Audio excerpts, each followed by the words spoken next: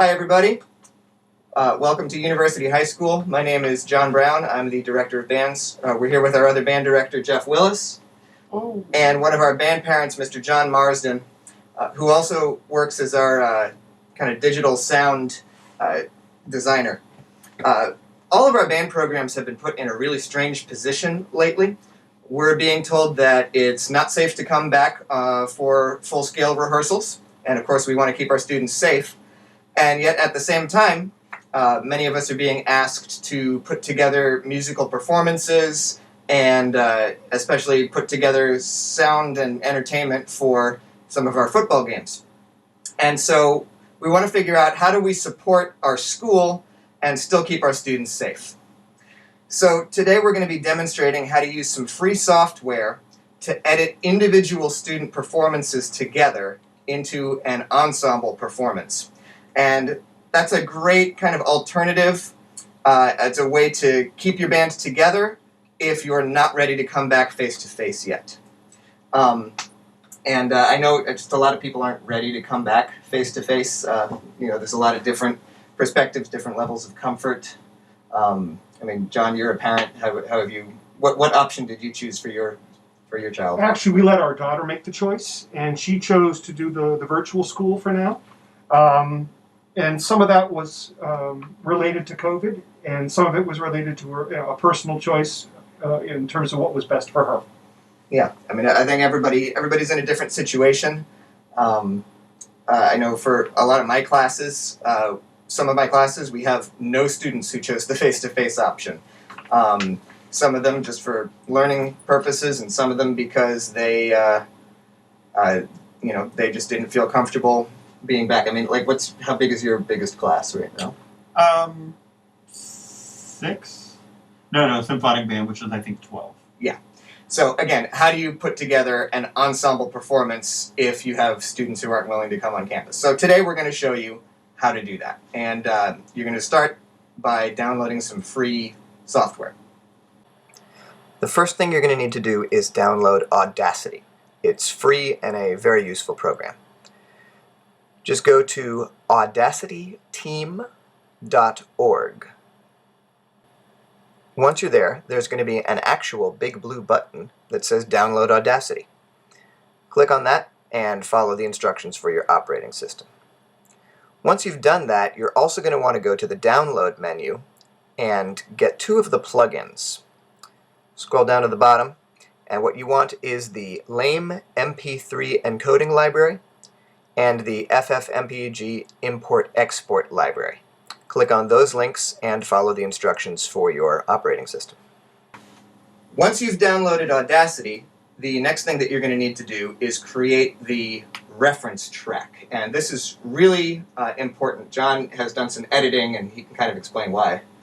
So one of the things you're going to want from your scoring program, whether it's Sibelius or any of them, is that you want to create a audio track that the kids are going to play against.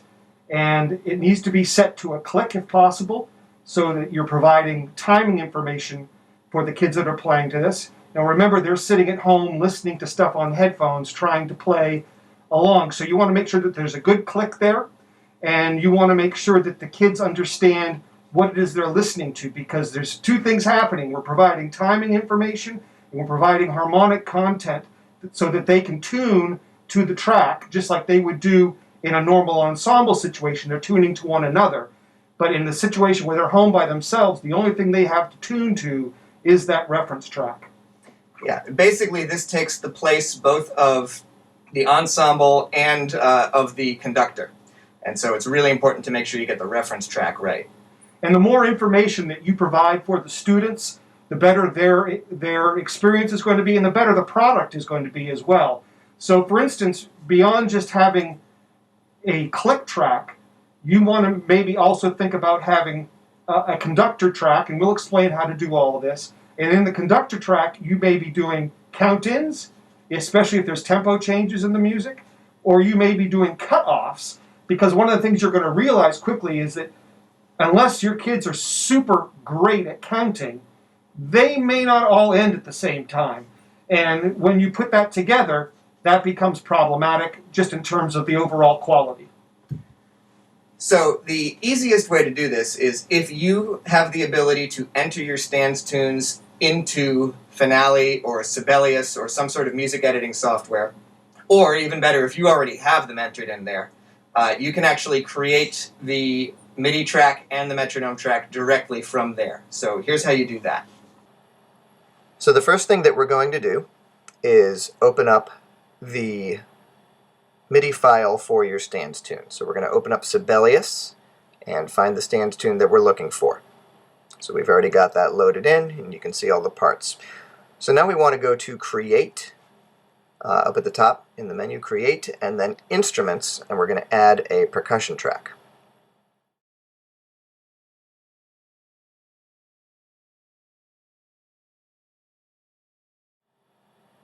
You'll see the percussion track down at the bottom. Now we want to add a count off, so we're going to add 2 measures at the beginning. So click on the first measure, you go to Create, bar line, single, and we're going to do that twice to have 2 measures.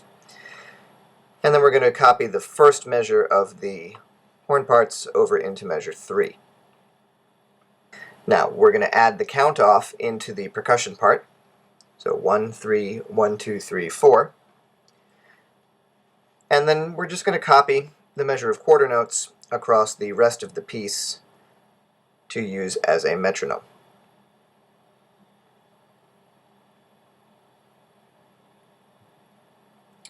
Since I want the metronome to stop on the last measure, we're going to delete the last 3 quarter notes so that we end on beat 1. Now, we want to make the metronome as loud as possible, so we're going to click back in the first measure and go to Create, and then Expression, and we're going to set the dynamic to fortissimo. And then we're going to help it out even more by going to Window and opening the mixer and turning up the volume of the percussion track. So now you should have the click easily audible over the rest of the parts. Now that we have our metronome along with the Sibelius file, we're going to turn this into an audio file. So we go to File, Export Audio, and save it to the desktop. And Sibelius defaults to an AIFF format. So once we have that piece saved, we're going to need to convert it to an MP3, which more of your students will be able to play on whatever devices they're using. So we'll just give that a second to finish. Alright, and now we're going to go to the desktop, and we're going to find the file we just created, and we're going to drag that into Audacity. And since we downloaded the MP3 encoder library, all we have to do is click File, Export, Export as MP3. Click Save, OK, and Audacity will do its work, and that's it. You now have an MP3 recording of your stands tune with a metronome click track. If you're doing this for the first time and you don't actually have that timing information in terms of a Sibelius file, you can create that through Audacity, which is a program that we're going to discuss. To do that, we're going to open up Audacity, and then we're going to find the top menu that says Generate. So we're going to click Generate and then Rhythm Track. There are a couple of settings here. You can set your tempo, and you can set your time signature, and you're allowed to set the number of measures. The stands tune we're working with has 24 bars. However, we want to add 2 bars to the beginning for the count off, so we'll make that 26. And I'd like to add a click on the downbeat of the final measure, so we'll do 27. Now, since I only want the downbeat of that last bar, I'm going to delete the last 3 clicks that show up once the track is generated. Just using the delete key. I'm also going to go to the beginning of the track and delete the 2nd and 4th clicks to create a count off that goes 1, 3, 1, 2, 3, 4. And I'm doing that by clicking Generate and then Silence rather than deleting, because deleting will actually move the rest of it forward, and we don't want to do that. So now I'm going to go to File, Export, Export as MP3, and give it a title. Click Save and click OK. And you have now created your metronome track.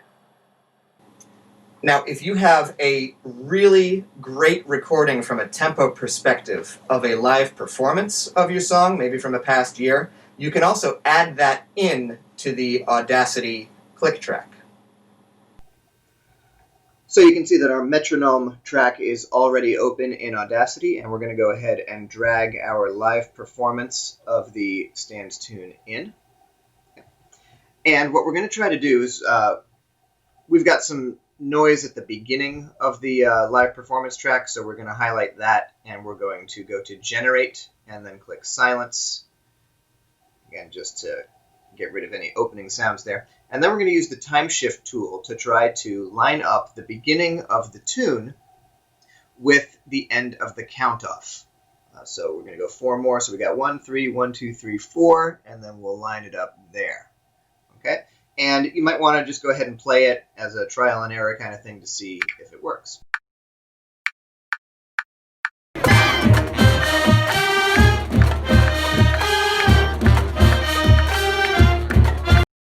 Now you'll notice that the metronome starts off pretty good, but it eventually doesn't quite line up with the live performance. And so after the count off, we're just going to go ahead and get rid of the metronome.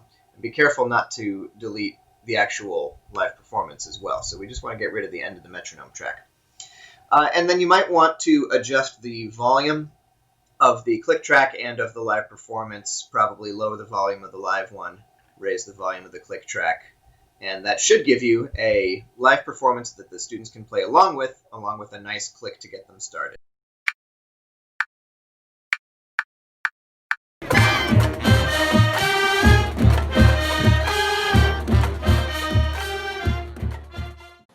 One of the things you need to be aware of when you're doing this is that a click and a music track by itself, while very important because that's your pitch reference and your time reference, they're missing you, the band director, conducting for them. So one of the things you may want to consider doing is adding a conductor track. Again, just another track in Audacity, but this one is you counting, both counting in, because one of the things that's going to happen is if all you have is a click and a music track, the student may not hear the first click and may come in wrong. And we've learned this from personal experience. So what we want to do, if possible, is add a conductor track where you, the band director, or whoever's assembling this for you, literally counts along with a click. So 1, 2, 1, 2, 3, 4. And in addition, as you go through the track, you may want to make sure that the horns or whatever part is currently playing cuts off together, in which case you can add on the conductor track 1, 2, 3, and off. And so what you're doing verbally is the same thing you'd be doing with your hands. The more information you give the students, the better the product will be. And in order to do that, all you got to do is go to Audacity, add a new track, and if you're listening with headphones, you can just record right along with what it's playing. And when you mix it all together at the end, and we'll show you how to do that, students will have all of that information. So, you've got your click track, you've got your reference track together. Now you have to actually have the kids do it. And this may be one of the most challenging parts because it's now out of your hands. So when we've done this in the past, we've used Google Drive and just had the kids drop it in. So that's what we're going to show you how to do. There are a number of different ways. Any file sharing service can be used. Google Drive makes it pretty easy. Yep. So we're going to go ahead and show you how to do that. Now, you can use any platform to which both you and your students have access. Okay? You can do this on Canvas or Google Classroom, probably a bunch of other ways. I'm going to use Google Drive to show you. Okay, so first you got to make sure that you're logged in using your OCPS credentials. So log out of any personal accounts you have, log in using your OCPS account. Once you're in, you're going to go to your Google Drive and then use the top left-hand button, it looks like a plus mark, to create a new folder.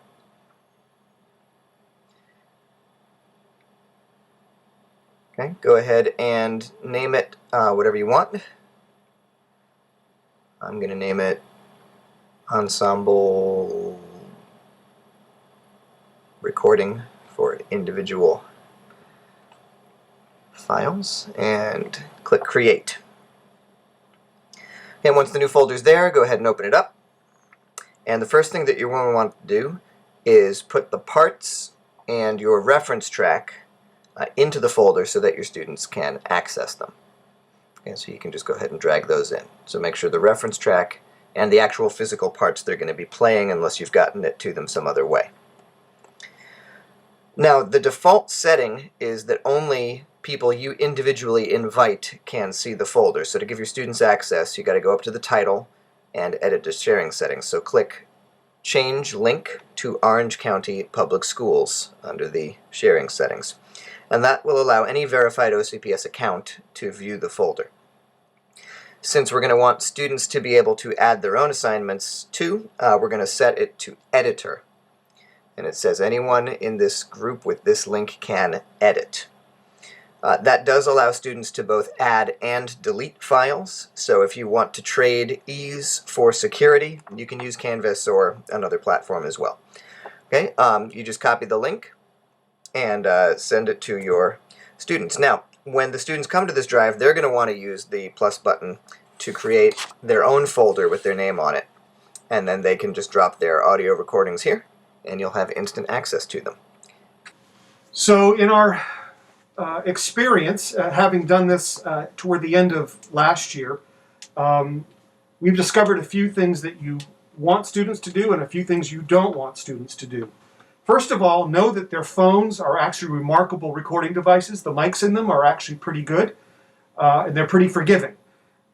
So as long as your trumpet player is literally not playing into his phone, it has a respectable distance from the phone, and it depends on what instrument they're playing.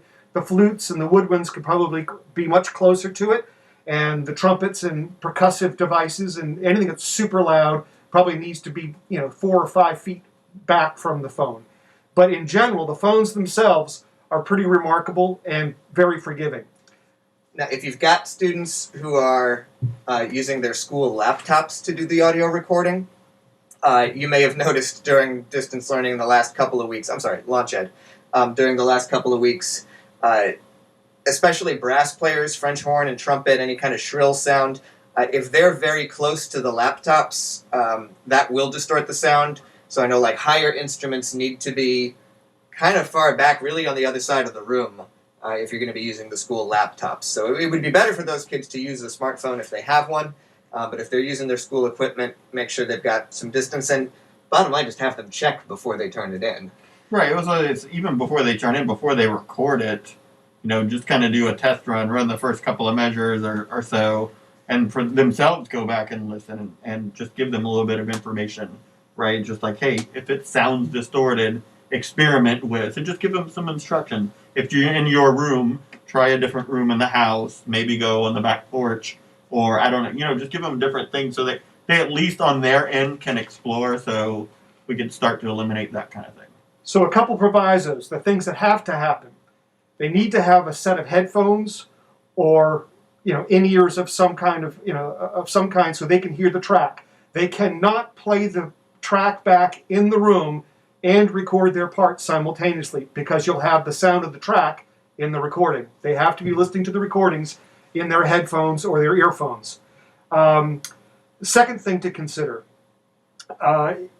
as you record these things, as the kids record this stuff, they need to be listening to the track. Hard to believe, but we've had students who literally sang or played their instrument or their version of the song in the room against nothing timing-wise, and we aren't able to use that, obviously. You simply can't slip and slide that stuff unless you're in a super high-end recording studio. So it's critical that the kids actually play to the track. Not just listen to it, they have to actually be playing to it as well. Yeah, and you're really going to learn how well you've taught these kids rhythms and ensemble skills in terms of just precision, note entrances and note releases, okay? You're going to find out real quick how well they've learned that material, because you almost guaranteed you will get some variation in some of that. And some of it you can fix just by kind of sliding the parts around, and Some of it, you just might need to call the kid and have them re-record. Or otherwise you might not be able to use it. Speaking of re-recording, this is not a method where the kids can come in and come out in various sections or come back and fix a 2-bar phrase. This method is pretty guerrilla recording style. Mm-hmm. They're recording this from beginning to end. If they screw up, they have to go back to the top and start all over again. And really that's part of the test, is how much are they listening to themselves as well. Also know that you're probably going to have tuning problems. There's just no way of getting around not having them in the same room together. And that's why the pitch reference track is essential, whether it's a MIDI file or an old recording that you are able to find. They need some kind of a pitch reference, but just intonation, it's going to be a little bit haphazard. Is there like a tuning note at the beginning of that track? That would be a great idea. If you want to actually have the A440? Include just a B flat or an A at the beginning of the track so that they can all tune to it. That would be a great idea. Just have them use a tuner at the beginning and make sure their instrument is in tune. Yeah, I'm thinking almost like Jamie Aebersold style when those recordings, they have the tuning notes first. Yeah, so definitely a smart idea to add something like that at the beginning. But yeah, then the bottom line is, you've got to have the tune that they're playing along with, and then you're just going to have to be a little forgiving as far as, because they can't adjust very well. They just don't have the live performance. And the other thing that we need to make sure that the students do, and this is critical because otherwise you're going to spend a great deal of time trying to line everything up. The kids have to count off their part. So for instance, if there's a 2-bar count off, we usually instruct our students to count the second bar. So 1, 2, and then the kids go 1, 2, 3, 4, start. Start their, and they on the downbeat. Is it perfect? No. I'd be happy if I just get a 1, 2.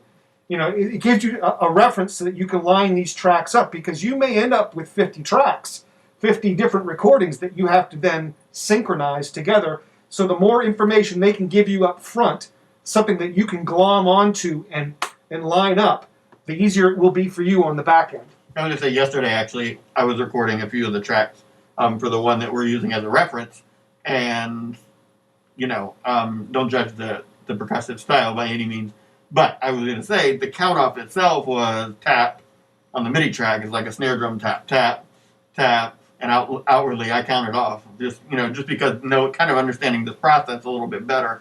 And I know immediately. I don't know if you use those tracks yet, but I know immediately that's way easier to, at least I've done this enough to know that, to line that up at the beginning. So that's very important that the students count off, even if you're a wind player and they think 1, 2, 1, 2. So there's some sort of tempo reference for the person that's putting it all together. Yeah, I think it's a really, really, really solid point. All right, so now we're going to show you why that's important, and we're going to import the parts into Audacity and actually try to line some of them up. So here's how that works. We have opened our first student track in Audacity, and now we're going to begin the adventure of pulling the rest of them in. We're just going to do a couple. So we're going to start by importing a tuba part, and so we're going to pull that track in. And now you can see immediately these parts are not lined up, and so what we're going to do is we're going to delete all the empty space at the beginning of this student part, and then we're going to use the time-lapse tool to try to line up the downbeats. And this is going to involve a little bit of guesswork. So you'll have to kind of line it up and then hit play. You can use the zoom tool, that's often helpful. And usually with Audacity, you can see in the sound waves, where the downbeat is. Well, that was too late, so we're going to move that track forward. 1, 2, 3. That was a little bit too early. 1, 2, 3. Just a hair too early. 2, 3.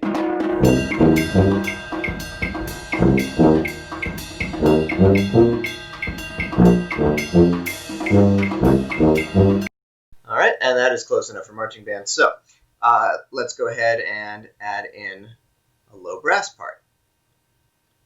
And again, depending on how detail oriented you want to be, you can spend hours trying to get these parts lined up. And one of the hard things is to remember that the kids might be perfectly in time, and as you're trying to line this up, you got to remember it's not necessarily their fault. This part is on you. Yeah, so we're going to try to line up that downbeat. See how that works.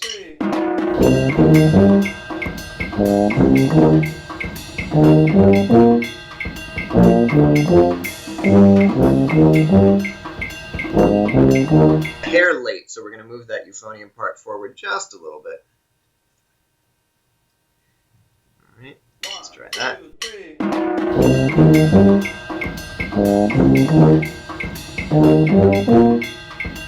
Nope, we went too far. I'm trying to go the other way. 1, 2, 3.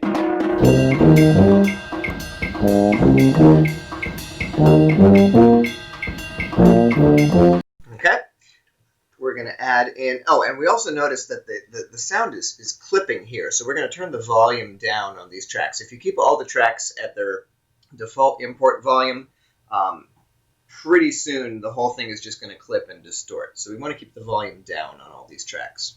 And as a general rule, you'll want to probably set these to -6 dB, and things will kind of mix together better than that. Yeah, that's about half volume.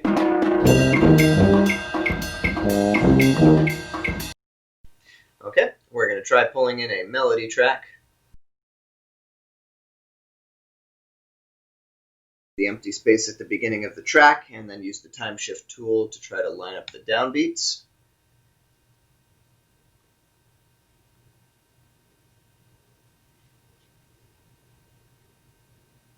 The zoom tool is incredibly helpful as you try to line these things up. You're also, it's sometimes worth, if you have your student submissions here, you can show them what their sound waves look like, and it's actually a really great way to kind of get a handle on their articulations because they can actually see it visually. We'll turn the decibels down 6 here. 1, 2, 3.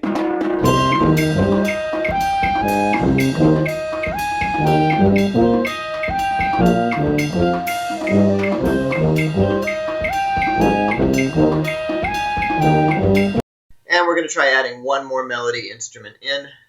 And the thing is, you can keep doing this with as many instruments as you like if you keep the volume down low enough. And you can just keep adding parts. So again, you could do your full band. Sometimes it might be easier to kind of select a smaller number of players just to make it easier on yourself. Okay. 1, 2, 3.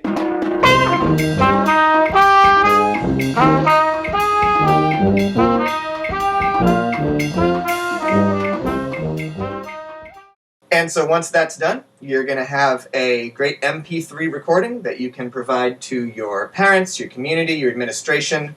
You can do this with stance tunes, you can do it with the alma mater, your fight song, national anthem, anything that your school needs for support. And if you want to get really ambitious, you can even try doing this with different types of ensemble pieces. Try it with your concert band or your jazz band. The sky's kind of the limit with the possibilities of this. It's a lot of work, but hopefully the tools we've provided and the examples we've shown are helpful in getting you started. Yeah, I was just going to mention, I know here on our campus, and it drives me nuts, but every day between classes, there's a recording of our band playing our fight song, and we hear it 7 times a day, and we actually re-recorded it within the past year or so, because the recording before that was just awful. But you know what? No one noticed but us, and I don't know why it is. I'm sure the kids get sick of it, but we still have an assistant principal or two that are like, yeah, fight song. They're like super school spirit, and I think it is our jobs to make sure, in whatever way that we can, to make sure that we are helping with that. I mean, usually we are way involved in that process this time of year. Even with a competitive band and this and that, we're still very involved in football games and that process, I think, in supporting our team and our school. And I think we have to make sure that we continue that as much as we possibly can. And I think for all of us, it just helps us to look good, in terms of, hey, this is somewhat the impossible situation, but we still have a solution. We're still making it happen. We're doing And- everything that we can to make it happen. And I think now more than ever, it's really important because if we're not doing something like this, where is the school's sense of community coming from? So I think it's even more important that our programs lead the way on really giving the schools an identity that they can look to. So, if you can post the school fight song on YouTube and get even a couple of students to watch it, at least they're going to feel like they're part of something, and that's important when we're all separated this way. Yeah. So hopefully this video has been of use to you and has at least sparked some ideas that you can get some things started. And if you guys need any help at all, just feel free to contact us, and we will do our best to support you. So thank you for watching, and good luck to everybody for the rest of the semester.